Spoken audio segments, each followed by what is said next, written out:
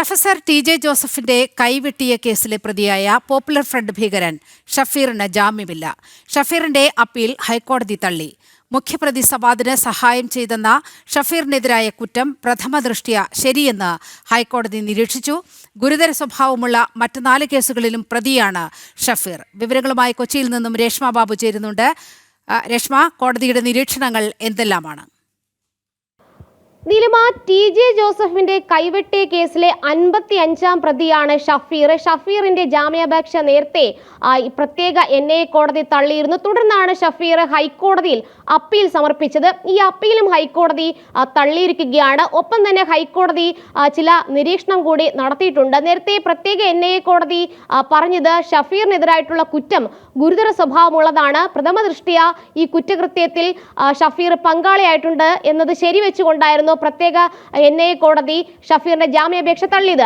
ഇതിനോട് തങ്ങൾ യോജിക്കുന്നുവെന്നാണ് ഹൈക്കോടതിയും പറഞ്ഞിട്ടുള്ളത്. ഒപ്പം തന്നെ മറ്റ് 4 കേസുകളിൽ കൂടി ഷഫീർ പ്രതി ചേർക്കപ്പെട്ടിട്ടുണ്ട്. ആ 4 കേസുകളാകട്ടെ ഗുരുതര സ്വഭാവമുള്ളതാണ്. അതുകൊണ്ട് തന്നെ ഗുരുതര സ്വഭാവമുള്ള കേസുകളിൽ പ്രതി ചേർക്കപ്പെട്ട 4 കേസുകളിൽ പ്രതി ചേർക്കപ്പെട്ട ഒരു വ്യക്തി എന്ന നിലയിലും അതോടൊപ്പം തന്നെ ഈ നിലവിലെ കേസിന്റെ കുറ്റകൃത്യത്തിന്റെ സ്വഭാവം പരിഗണിച്ചും ക്രിമിനൽ പശ്ചാത്തലം കൂടി കണക്കിലെടുത്തും കൊണ്ട് ജാമ്യം നൽകാനാകില്ല എന്നാണ് ഹൈക്കോടതി നിലപാടെടുത്തത്.